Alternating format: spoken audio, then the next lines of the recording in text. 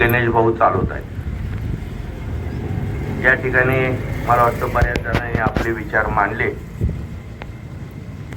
त्यांनी बऱ्याच ह्या गोष्टी या ठिकाणी सांगितल्या. आता आम्हाला शिर्डे साहेबांसारखं त्यांना विधी तज्ञ आहेत, आध्यात्मिकाचा अंग आहे. आम्ही तर आमचं व्यासपीठच वेगळं आहे. वकील साहेब आमचं आश्वासनाचं व्यासपीठ आहे, शाश्वताचं नाही. मला या ठिकाणी या कार्यक्रमाला गणेश भाऊनी बोलवलं. गणेश भाऊचं सगळ्यांनी तोंड भरून कौतुक केलं. पण मला गणेशच्या स्वतःच्याच प्रास्ताविकामध्ये त्यांनी एक गोष्ट कबूल केली की करता करिता तो आहे, आम्ही फक्त निमित्त आहे. हे करणारा मी नाही, मीच्या माग उभा दुसरा आहे. परमेश्वर स्वतः कधी येत नाही, परमेश्वर प्रवृत्त करतो ते कार्य करण्यासाठी. मला वाटतं वकील साहेब बरीच माणसं या तालुक्यात आहेत, पण मला वाटतं कदाचित तो माणसं शोधत असताना त्याला योग्य माणूस हात दिसला, गणेश भाऊ. आणि त्याने सांगितलं हा दुसऱ्याला खाऊ घालत असताना स्वतःच मी त्यात टाकणार आहे. कदाचित त्याचा असा समज असेल की दुसऱ्याला खाऊ घालताना ही बी त्यात खातेल म्हणून ह्यांच्याकडे नकोय. गमतीशीर गोष्टी आहे.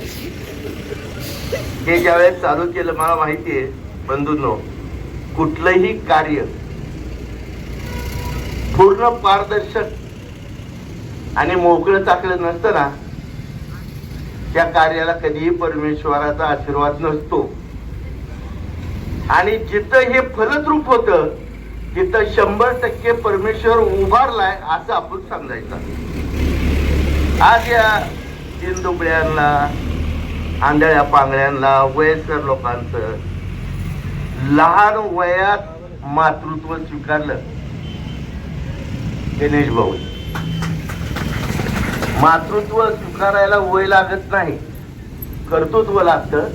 ज्याला आपण म्हणतो की माणूस जगात श्रेष्ठ छत्रपती शिवाजी महाराज मातृत्व, कर्तृत्व सगळ्या गोष्टी त्यांच्याकडे होतात.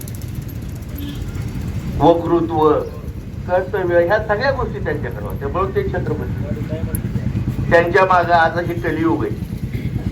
मला बरेचसे जण म्हणतात की असं झालं तसं झालं. आता मगाशीच एक जण मला म्हणलं की बाबा भाऊ टोपी आता काढा. आता त्याचंही बरोबर आहे. सुरुवाती आम्ही पांढऱ्या टोपीवाले, आता बघवी. पण मी विचार केला की बाबा टोप्या आल्या किती गेले वकील साहेब, डोकं तर तेच आहे आणि ते त्यांनी दिले. त्यामुळे टोपीची चिंता करायची भानगड नाही. आणि अलीकड लोक टोपीला बघतच नाही, कारण ह्या गोष्टी राहिलेल्या नाहीयेत. या ठिकाणी मला एवढंच सांगायचंय की परमेश्वराने गणेश भाऊची या ठिकाणी निवड केली आणि ह्यांची सेवा करायची त्याला संधी दिली. आणि त्या संधी दिल्यानंतर मला वाटतं त्याचाही शीन ठेवला नाही. करमाळ या तालुक्यात सगळ्यात जास्त मताने निवडून आलाय आणि ही सेवा करत असताना मला वाटतं तो कुठल्याच व्यवसायात नव्हता. त्यानंतर मला वाटतं दुधाच्या व्यवसायात हा पडला. त्याच्या उत्पूर्ण असं यश त्याने मिळवलं आणि भरपूर असं त्याला परमेश्वराने हे केलं, सहकार्य केलं किंवा आशीर्वाद केला. मी त्या दिवशी ह्याच्या मला वाटतं वीरच्या भाषणात सांगितलं की गणेश असा मुलगा आहे की त्याचा व्यवसाय दुधाचा आहे आणि आपण दुधाशिवाय जास्त सगळ्या म्हणजे अमृत तर मला वाटतं कुणी बघितलंच नाही. आपण दुधाला दुसरं नाव अमृत म्हणतो आणि दुधा एवढं शुद्ध दुसरं काही नाही. देवाला सुद्धा तेच पहिल्यांदा लागतं आणि तो त्या व्यवसायात गेल्यामुळेच त्याला ही बुद्धी सुचली आणि देवाने सुद्धा परमेश्वराने त्या व्यवसायात उत्तुंगाचं यश त्याला दिलं. तो मोठा झाला आणि तेवढी कुवत निर्माण केली की ह्यांना दिली. अहो तुम्हाला सांगतो, दान देणारे सगळे पण त्यांच्यापर्यंत पोच करणारा आणि त्यांना खाऊ घालणारा ही सगळ्यात मोठी तुम्हाला सांगतो जबाबदारी. मगाशी बोलताना मी म्हणलं होतं, सगळे लग्न करतात, बायको आणतात, महिन्याचा माल भरून देतात, पण ती अर्धांगिनी तिला का म्हणायचं बिचारीला, तर ती तुम्हाला करून खाऊ घालते. जर त्या माऊलीने ठरवलं महिन्याचं भरलंय हाताने घेऊन खा, काय अवस्था होईल आपली. त्यात तांदूळे, ह्यात डाळ, ही आमकय तमकय, ताटात वाढून दिलं खा म्हणलं तर चालतंय का. मग तसं ह्याने आम्ही दिलंय, पण ते करून खाऊ घालणं हे सगळ्यात महत्वाचं. पूर्वी लोक महाराज तुमचं नाव घ्यायचं राहिलं बरं का, सॉरी नाना महाराज पांडेचे, एखाद्या विसरलो असं दोघं बी आपण एकाच गावचे. खरंय खोटे, आमचं पूर्वीचं गाव पांडच आहे, त्यामुळे गाववाल्याच नाव नाही घेतलं, पण त्यांना बी राग येणार नाहीत. महाराज एकटे उशीर झाला. आणि गमतीशीर गोष्ट मला वाटतं काय अन्नदा पूर्वी तुम्हीच म्हणायचे, डूबने को अभिमान, करने को हरिनाम आणि देणे को अन्नदान. अन्नदानासारखं मोठं पवित्र कार्य कोणतंही नाही. आणि हा होम त्यांनी आपल्याला दिलाय आणि तो शांत करायचं काम मला वाटतं गणेश भाऊ करतोय. गणेश भाऊला मी या ठिकाणी आता शुभेच्छा देणार नाही, आशीर्वाद देणार आहे की असं उत्तुंग यश राजकारणात, समाजकारणात तुला यावं, आम्ही तुझ्या पाठीची खंबीरपणा. आणि भविष्यामध्ये भाषण करून किंवा तुम्हाला सांगतो उदाहरण देऊन जमणार नाही. तुमच्या सेवेसाठी, तालुक्याच्या विकासासाठी आणि तुम्हाला सांगतो खरंच पारदर्शक काम करण्यासाठी गणेश भाऊ सारखी माणसं आपल्याला हुडकून काढावी लागते, तरच तुम्हाला सांगतो खऱ्या अर्थाने ह्या सगळ्या गोष्टी घडणार आहेत. मला पुढील एका कार्यक्रमाला जायचं होतं, पण गणेश भाऊने सांगितलं की बाबा, आणि मी जाणार आहे आता, मला वाटतं मला जयंतीला तुमच्या कात्रजला आणि बेगवरला जायचं. पण गणेश भाऊ म्हणजे माझ्या कार्यक्रम आणि छान कार्यक्रम. आज एवढ्या दिनदुबळ्यांचा आशीर्वाद तो घेतोय. देणारे ते खूप आहे, मगाशी सांगितलं वकील साहेबांनी, देणाराचे हात हजारो, शेवट दुबळी माझी दुबळी. देणाराने देत जावे, घेणाराने घेत जावे, घेता घेता देणाराचे हात घ्यावे, म्हणजे तशी दानत घ्यावी, प्रवृत्ती घ्यावी. मगाशी आमचे चांदणे सरांनी या ठिकाणी सुंदर सांगितले की असे लोक अनेक तयार व्हा.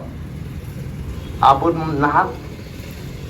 निष्कारण तुम्हाला सांगतो प्रतिष्ठेसाठी, दिखावा करण्यासाठी जो खर्च करतो तो वायफळ आहे, तो तुमच्या कुठल्याच कामाचा नाही. जर अशांना तुम्ही 2 घास जर जीव घातली तर निश्चितपणाने तुम्हाला सांगतो पुढचा जन्म चांगला आहे याची खात्री मी तुम्हाला. तुम्ही दिनदुबळ्याचे तुम्हाला सांगतो सहकारी व्हा, पालक होतं त्यांचं घ्या. ह्याच्यासारखं मोठं काम कोणतं नाही.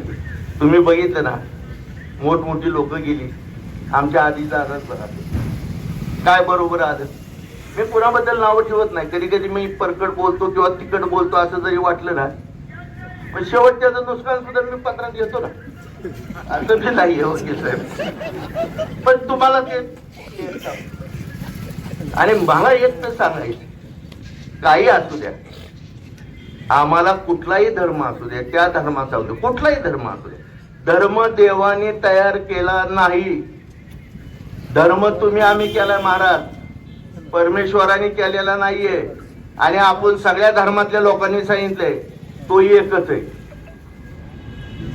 त्यामुळं तुम्ही आम्ही धर्म आपल्या विचाराने तयार केलाय, पण प्रत्येक धर्मात हे सांगितलंय की दिनदुबळ्यावरती, गरिबांवरती जीव दया दाखवा.